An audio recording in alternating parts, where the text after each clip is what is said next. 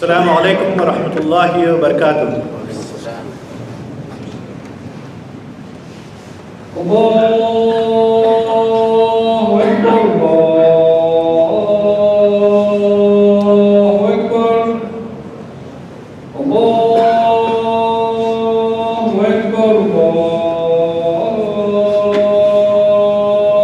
Akbar. Ashhadu an la ilaha illallah.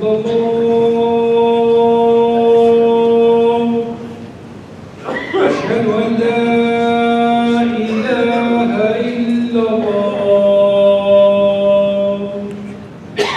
أشهد أن محمدا رسول الله. أشهد أن محمدا رسول الله.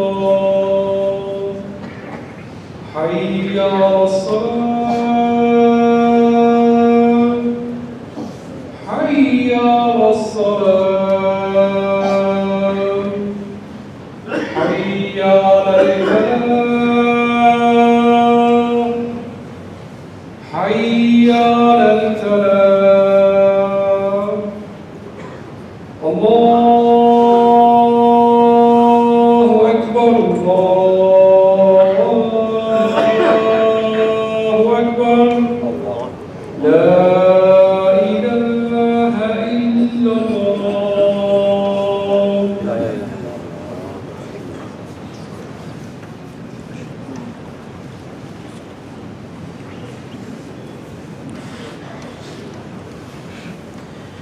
إن الحمد لله نحمده ونستعينه ونستغفره ونعوذ بالله من شرور أنفسنا ومن سيئات أعمالنا. من يهدي الله فلا مضل له ومن يضلله فلا هادي له. وأشهد أن لا إله إلا الله وحده لا شريك له وأشهد أن محمدا عبده ورسوله. قال الله تعالى في القرآن المجيد والفرقان الحميد: يا أيها الذين آمنوا اتقوا الله حق تقاته ولا تموتن إلا وأنتم مسلمون. وقال الله تعالى أيضا: يا أيها الناس اتقوا ربكم الذي خلقكم من نفس واحدة وخلق منها زوجها وبث منهما رجالا كثيرا ونساء واتقوا الله الذي تساءلون به والأرحام إن الله كان عليكم رقيبا. يا أيها الذين آمنوا اتقوا الله وقولوا قولا سديدا يصلح لكم أعمالكم ويغفر لكم ذنوبكم ومن يطيع الله ورسوله فقد فاز فوزا عظيما. أما بعد فإن أصدق الكتاب كتاب الله وخير الهدي هدي محمد صلى الله عليه وسلم وشر الأمور محدثاتها وكل محدثة بدعة وكل بدعة ضلالة وكل ضلالة في النار. Indeed, all praises are due to Allah subhanahu wa ta'ala. We praise Allah subhanahu wa ta'ala and we seek help from Allah subhanahu wa ta'ala.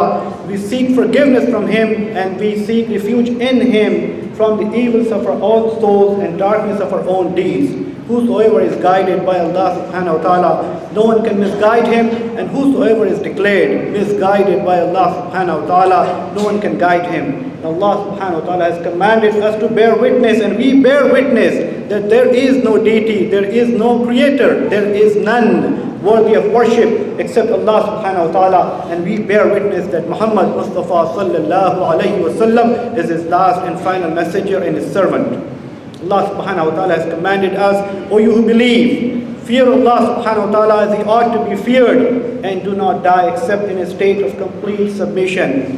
And he has commanded us and guided us as the mankind, as the humanity. O people, O mankind, be mindful of your duties and your responsibilities towards your Lord, the one who has created you from a single soul, and from that single soul he has created his soulmate, and from those two he has created many men and women. Be mindful of your duties towards him, of whose name you seek the rights of one another. Indeed, Allah subhanahu wa ta'ala is watcher over all things. And he has reminded us, O you who believe, fear Allah subhanahu wa ta'ala as he ought to be feared, and speak the word of truth. He will forgive your shortcomings and your sins, and he will correct your actions and deeds. Whosoever obeys Allah subhanahu wa ta'ala and his messenger, indeed, he or she has achieved a great success. Respected brothers and sisters, our success lies, our success is encapsulated in the very aspect of following the commandments of Allah subhanahu wa ta'ala and the guidance that was brought forth by our beloved Prophet Muhammad sallallahu alayhi wasallam. And before I continue, I would humbly request and remind all of us that khutbah is an important aspect of our lives.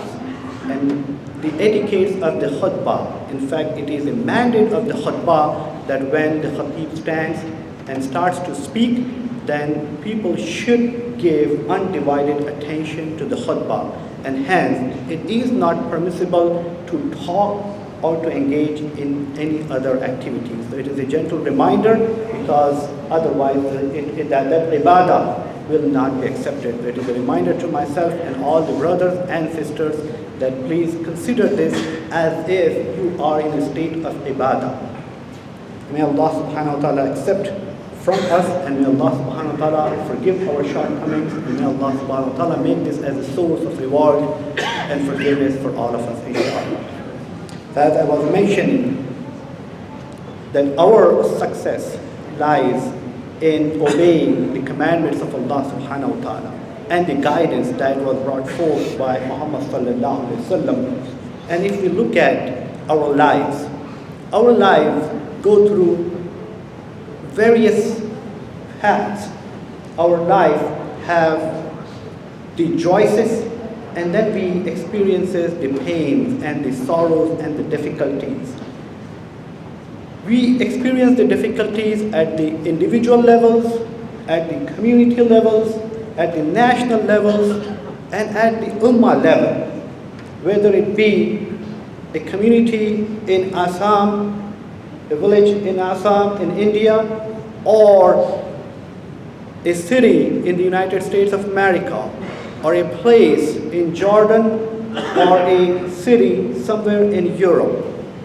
Or if we are paying attention, the biggest disaster we are facing and seeing and witnessing, that is in Syria, where a massive humanitarian crisis is unfolding. Relentless bombardment is taking place. The children, the women, the elderly are dying. Chicago Tribune reports that a young girl, Noura, she asked her mother, "Mom, does God love us?" Imagine, my respected brothers and sisters, for a small young girl to turn around and ask that question. When we hear and read and recite with every single chapter, Bismillahir Rahmanir Rahim, in the name of Allah, the most merciful, the most kind, and we learn the attributes of Allah subhanahu wa ta'ala, Al-Wadud, the most loving. My respected brother and sister, for a young girl to ask that question, it is a reflection of the pain and the torment and the torture the entire community is going through, and the fear that has been instilled in the hearts and minds of the young children. According to one report, 400 people have died just in the last few days, and 1,800 people have become injured and wounded. And this is only what is reported, and you and I know what has not been reported. And this is the casualty we are seeing on surface. These have become the statistics, just the numbers.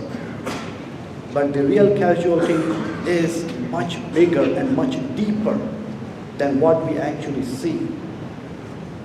Overall, according to the United Nations statistics, 500,000 people have died. 500,000 is not a small number. 500,000, 500,000 people have died. 6.1 million people have been displaced. Yes, it is a number we see. And the question comes into our mind, what can we do? Why is that happening? It is a big question, not in the mind of just that little child, but many of our children, our adults, we ask, what can we do? And Allah subhanahu wa ta'ala has provided the response. Allah subhanahu wa ta'ala has mentioned, and this is not always true, that it is a punishment. It is not a punishment. But what is happening at such a massive level is Allah subhanahu wa ta'ala has described in Surah Al-Rum when He mentioned, أعوذ بالله من الشيطان الرجيم, ظهر الفساد في البر والبحر بما كسبت أيدي الناس, that fasad, the disturbance, the corruption has spreaded in the land and in the oceans, in the seas. And this is because bima kasabat aydin nas, because of what the hands of mankind has done. My respected brothers and sisters, and this is evident. There is a race to have more. There is a race to get ahead by trumping the other human beings. The love for humanity has gone. The care for the others have gone. It has become, the world has become very, very selfish. Ourselves have become extremely selfish. We all think about ourselves. Up to a certain level, it is okay. But Islam, our deen, Allah subhanahu wa ta'ala teaches that life is beyond our own selves.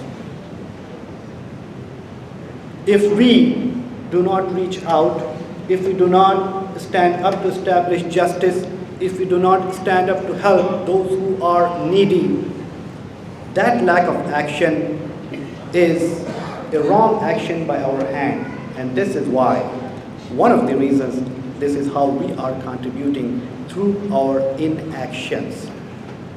Through our inactions, we are too busy in our own lives. Respected brothers and sisters, yes, on one hand, it is the corruption spread by those who are corrupt, those who do not believe in Allah subhanahu wa ta'ala, those who do not believe in akhirah and accountability thereof. But it also is a result of inaction on our part because of the division we are experiencing within the Muslim Ummah. We are so much focused on the trivial issues that it does not allow us to come together and work together to solve the bigger issues we are facing at the Ummah level. When we experience the difficulties and the challenges, Prophet sallallahu alaihi wasallam and Allah subhanahu wa ta'ala has given us two paths. Of course, action is one of the important aspects. One is to be patient. Whenever there is a calamity, when there is a difficulty, there is a challenge, yes, we have to be patient. But at the same time, we have to take action. What is rightful action? And the second is to be thankful and grateful to Allah subhanahu wa ta'ala for what we have.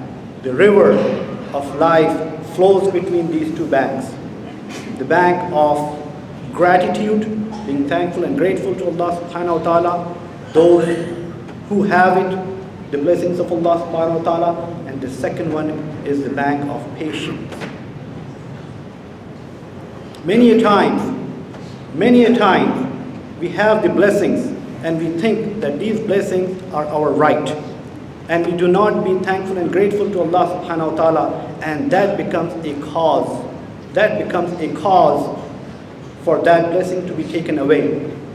As we have learned in Surah Ibrahim, Allah subhanahu wa ta'ala has mentioned, وَإِذْ رَبُّكُمْ لَإِن شَكَرْتُمْ لَأَزِيدَنَّكُمْ وَلَإِن كَفَرْتُمْ إِنَّ عَذَابِي لَشَدِيدٌ. That remember the time when your Lord called, that if you are being thankful and grateful to Allah subhanahu wa ta'ala, I will give you more.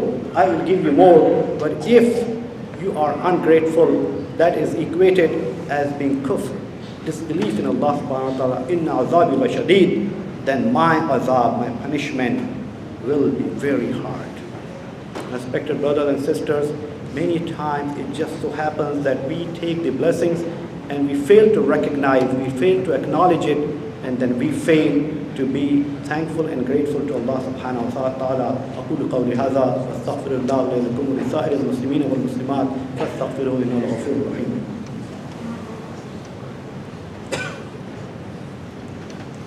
الحمد لله رب العالمين والصلاة والسلام على رسوله الأمين وعلى آله وأصحابه أجمعين. بسم الله الرحمن الرحيم. And I'll quickly share a story perhaps that will resonate, perhaps that will inspire some of our young children. There used to be a boy, and that he used to attend the court of a king, and the king was very much fan of various fruits.